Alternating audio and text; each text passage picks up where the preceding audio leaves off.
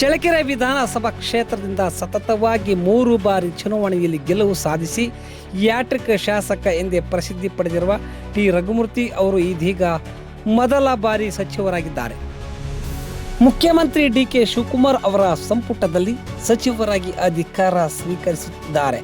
ಅವರು ಕರ್ನಾಟಕ ರಾಜ್ಯ ಸಣ್ಣ ಕೈಗಾರಿಕಾ ಅಭಿವೃದ್ಧಿ ನಿಗಮ ಅಟ್ಟಿ ಚಿನ್ನದ ಗಣಿ ನೇಮಕದ ಅಧ್ಯಕ್ಷರಾಗಿಯೂ ಸಹ ಕೆಲಸ ಮಾಡಿದ್ದಾರೆ.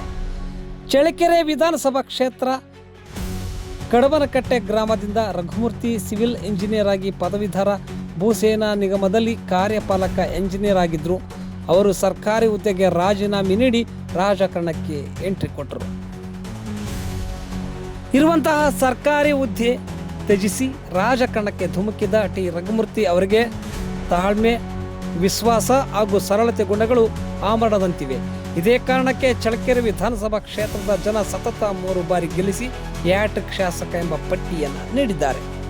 ಚುನಾವಣೆ ಸಂದರ್ಭದಲ್ಲಿ ಮಾತ್ರ ರಾಜಕಾರಣ ಮಾಡಿ ಉಳಿದಂತೆ ಎಲ್ಲ ಪಕ್ಷದವನ್ನು ವಿಶ್ವಾಸದಿಂದ ಕಾಣುವ ಟಿ ರಘುಮೂರ್ತಿಯವರು ಗೆಲುವಾದ್ಯಂತ ಸರಳ ವ್ಯಕ್ತಿತ್ವದಿಂದಲೇ ಗುರುತಿಸಿಕೊಂಡಿದ್ದಾರೆ.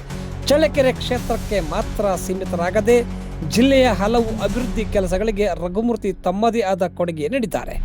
ಜಿಲ್ಲೆಗೆ ಭದ್ರಾ ಮೇಲ್ದಂಡೆ ಯೋಜನೆ ತರುವಲ್ಲಿ ಮೊದಲದಿಂದಲೂ ಸಾಕಷ್ಟು ಕೆಲಸ ಮಾಡಿದ್ದಾರೆ.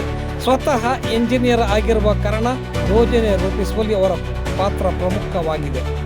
ಚಳ್ಳಕೆರೆ ಕ್ಷೇತ್ರದಾದ್ಯಂತ ಶಿಕ್ಷಣ ಕ್ಷೇತ್ರಕ್ಕೆ ಕ್ರಾಂತಿಕಾರರಾಗಿ ಕೊಡುಗೆ ನೀಡಿರುವ ಅವರ ಖಾಸಗಿ ಶಾಲಾ ಕಾಲೇಜುಗಳಿಗೆ ಸೆಡ್ ಹೊಡೆಯುವ ಕೆಲಸ ಮಾಡಿದ್ದಾರೆ.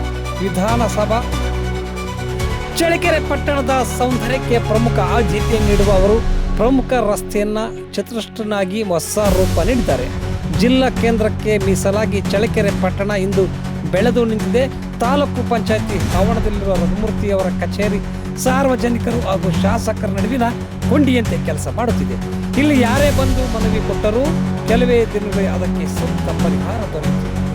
ರಾಜಕಾರಣ ಹಾಗೂ ಅಭಿವೃದ್ಧಿಯ ಮ್ಯೂಸಿಯಂ ರೂಪದಲ್ಲಿ ಕಚೇರಿ ಸೃಷ್ಟಿಸಿದ್ದಾರೆ. ದೇಶ ರಾಜ್ಯವನ್ನಾಳಿದ ಪ್ರಧಾನಮಂತ್ರಿಗಳು, ರಾಷ್ಟ್ರಪತಿ, ರಾಜ್ಯಪಾಲ, ಸ್ಪೀಕರ್ ಮುಂತಾದವರು ಭಾವಚಿತ್ರವನ್ನು ಕಚೇರಿಯಲ್ಲಿ ಕಾಣಬಹುದಾಗಿದೆ. ಕಾಂಗ್ರೆಸ್ ಪಕ್ಷಕ್ಕೆ ಮಾತ್ರ ಸೀಮಿತವಾಗದೆ ಈ ಕಚೇರಿ ಪಕ್ಷ ತಾರತಮ್ಯವನ್ನು ಮೀರಿದೆ. ಇಲ್ಲಿಗೆ ಭೇಟಿ ನೀಡಿದ ಪ್ರತಿಯೊಬ್ಬರಿಗೂ ಪ್ರತಿದಿನ ಊಟ ತಿಂಡಿ ವ್ಯವಸ್ಥೆ